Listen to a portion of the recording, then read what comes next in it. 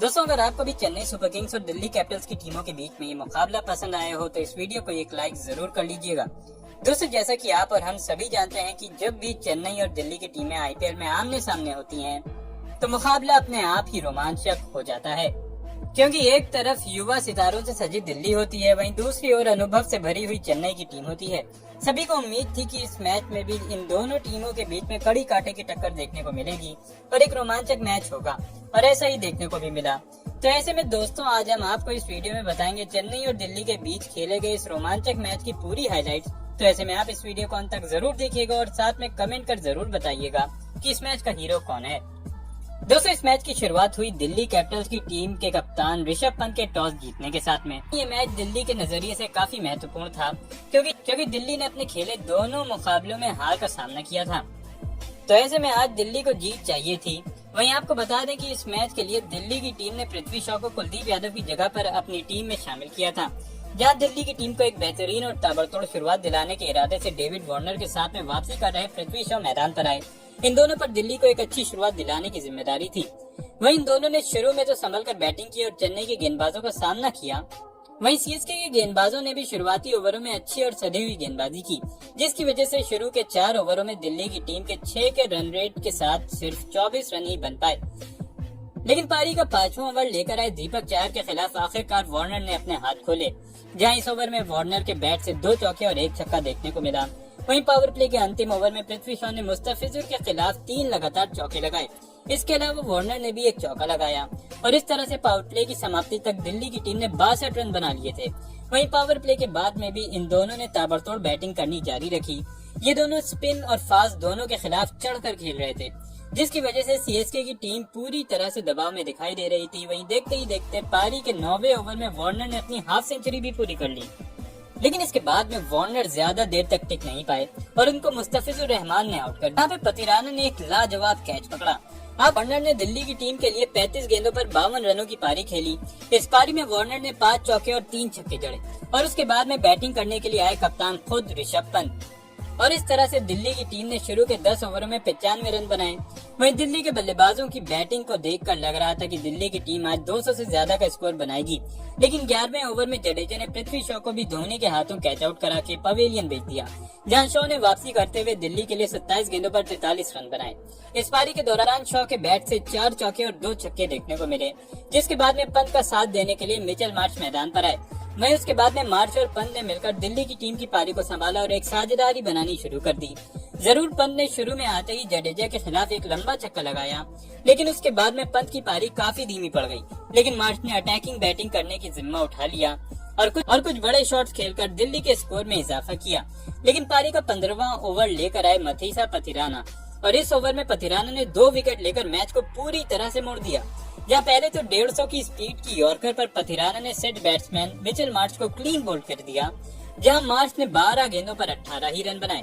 जिसके बाद इसी ओवर की अंतिम गेंद पर ट्रिस्टन स्टब्स को भी क्लीन बोल्ड कर दिया, जहाँ स्टब्स अपना खाता भी नहीं खोल पाए।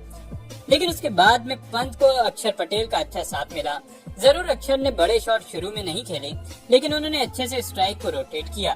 जिसके बाद 18वें और 19वें ओवर में पंत ने गेंदबाजों पर काउंटर अटैक किया। जी हां दोस्तों, 18वें ओवर में मुस्तफिजुर रहमान के खिलाफ पंत ने सिर्फ 1 चौका और 1 छक्का ही लगाया। लेकिन 19वें ओवर की पहली 4 गेंदों पर पंत ने 1 छक्का और 2 चौके लगाकर अपनी आईपीएल 2024 की पहली हाफ सेंचुरी भी पूरी कर ली। लेकिन उसकी अगली गेंद पर पंत बड़ा शॉट खेलने के चक्कर में आउट हो गए, जहां पंत ने 32 गेंदों पर 51 रन बनाए। इस पारी में पंत के बल्ले से 4 चौके और 3 छक्के निकले। जिसके बाद पारी के लास्ट ओवर से पोरेल और अक्षर पटेल ने 12 रन निकाल लिए और इस तरह से दिल्ली की टीम ने पहले बैटिंग करते हुए 20 ओवरों में 191 रनों की पारी खेली, जहां अक्षर ने 7 और पोरेल ने 9 रन बनाए। वहीं सीएसके के लिए गेंदबाजों में पतिराना ने सबसे ज्यादा 3 विकेट लिए।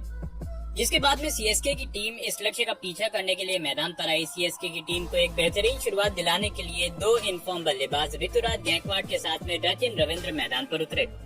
इन दोनों पर सीएसके को एक बेहतरीन शुरुआत दिलाने की अहम जिम्मेदारी थी, लेकिन ये दोनों सीएसके की टीम को एक बेहतरीन शुरुआत दिलाने में असफल रहे, क्योंकि आज दिल्ली की टीम के गेंदबाज अलग ही लय में नजर आ रहे थे और कसी हुई गेंदबाजी कर रहे थे। वहीं पहले ही ओवर में खलील अहमद ने एक बेहतरीन इन स्विंग गेंद डालकर गायकवाड़ को पंत के हाथों कैच आउट करा दिया, जहां गायकवाड ने सीएसके के लिए सिर्फ 1 रन बनाया और उसके बाद में बैटिंग करने के लिए आया अजिंक्य रहाणे। लेकिन आज सचिन रविंद्र बिल्कुल भी फॉर्म में नजर नहीं आ रहे थे। रविंद्र के एक भी गेंद बैट से भी टच नहीं हो रही थी।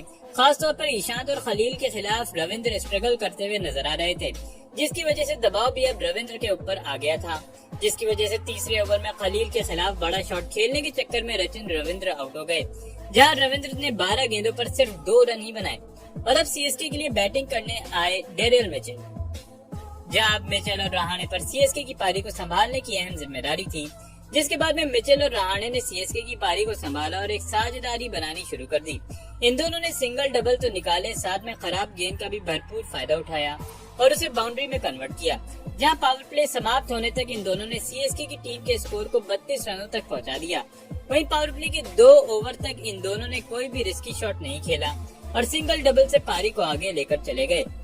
लेकिन उसके बाद में इन दोनों ने अपने गियर बदले और खराब गेंद मिलने पर उसका अच्छा भरपूर फायदा उठाया, जहां पहले तो 9वें ओवर में इन दोनों ने सीएसके को 50 रनों के पार पहुंचाया, जिसके बाद 10वें ओवर में रहाणे और मिचेल दोनों ने एक एक छक्का लगाकर प्रेशर को काफी कम किया, जहां 10 ओवर की समाप्ति तक सीएसके की टीम ने भी 75 रन बनाए। और अब यहां से सीएसके को अटैकिंग बैटिंग करने की जरूरत थी, लेकिन पारी का 11वां ओवर लेकर आए अक्षर पटेल ने डेरियल मिचेल को कॉट एंड बोल्ड कर दिया और सीएसके को एक और बड़ा झटका दे दिया। आपको बता दें कि मिचेल ने सीएसके के लिए 26 गेंदों पर 34 रनों की एक जुझारू पारी खेली, जहां इस पारी के दौरान मिचेल के बल्ले से 1 चौका और 2 छक्के निकले और उसके बाद में रहाणे का साथ देने के लिए आए सीएसके के hard hitter batsman Shivam Dubey. लेकिन आज रहाणे काफी अच्छी लय में नजर आ रहे थे और बेहतरीन टच में भी दिख रहे थे। रहाणे अपनी हाफ सेंचुरी के भी काफी करीब थे। वहीं 13वें ओवर में दुबे ने चौका लगाकर सीएसके के स्कोर को 100 रन के पार पहुंचा दिया। लेकिन 14वें ओवर में मुकेश कुमार ने सीएसके के 2 विकेट झटक कर सीएसके को बैकफुट पर ढकेल दिया, जहां पहले तो इस ओवर में रहाणे बड़ा शॉट खेलने के चक्कर में आउट हो गए, जहां रहाणे ने 30 गेंदों पर 45 रन बनाए। इस पारी में रहाणे के बैट से 5 चौके और 2 छक्के निकले। इसके बाद समीर रिजवी भी गोल्डन डक पर मुकेश कुमार का शिकार बन गए, जिसके बाद में बल्लेबाजी करने के लिए आए रविंद्र जडेजा, जहां अब जडेजा और दुबे पर सीएसके को जीत की ओर ले जाने की अहम जिम्मेदारी थी। और अब सीएसके को अंतिम 5 ओवरों में 15 से भी ज्यादा की रन रेट से 79 रन बनाने थे। लेकिन 17वें ओवर की पहली गेंद पर दुबे बड़ा शॉट खेलने के चक्कर में मुकेश कुमार का शिकार बन गए। आपको बता दें कि दुबे ने सीएसके के लिए 17 गेंदों पर सिर्फ 18 रन ही बनाए। और उसके बाद में बैटिंग करने के लिए आए सीएसके के पूर्व कप्तान एमएस धोनी, जहां धोनी ने आते ही पहली ही गेंद पर चौका लगाकर अपना इरादा साफ तौर पर जाहिर कर दिया। लेकिन अगली गेंद पर खलील अहमद ने धोनी को आसान से कैच पॉइंट में छोड़ दिया, जिसके बाद इसी ओवर में धोनी ने एक और चौका लगाकर जले पर नमक छिड़क दिया। और अब अंतिम 3 ओवरों में सीएसके को 58 रनों की जरूरत थी। हालांकि उसके बाद में जरूर धोनी और जडेजा ने सीएसके के लिए बड़े शॉट्स खेले, लेकिन दिल्ली के गेंदबाजों ने भी काफी अच्छी गेंदबाजी की। 18वें ओवर में खलील ने सिर्फ 12 रन ही दिए, जिसके बाद में 19वें ओवर में तो मुकेश ने बेहतरीन और लाजवाब गेंदबाजी करते हुए सिर्फ 5 रन ही दिए, जिसके बाद में लास्ट ओवर में सीएसके को 41 रनों की जरूरत थी। हालांकि लास्ट ओवर में जरूर धोनी ने कुछ बड़े शॉट्स खेले, लेकिन वो अपनी टीम को लक्ष्य तक नहीं पहुंचा पाए और दिल्ली की टीम ने इस मैच को अपने नाम कर लिया।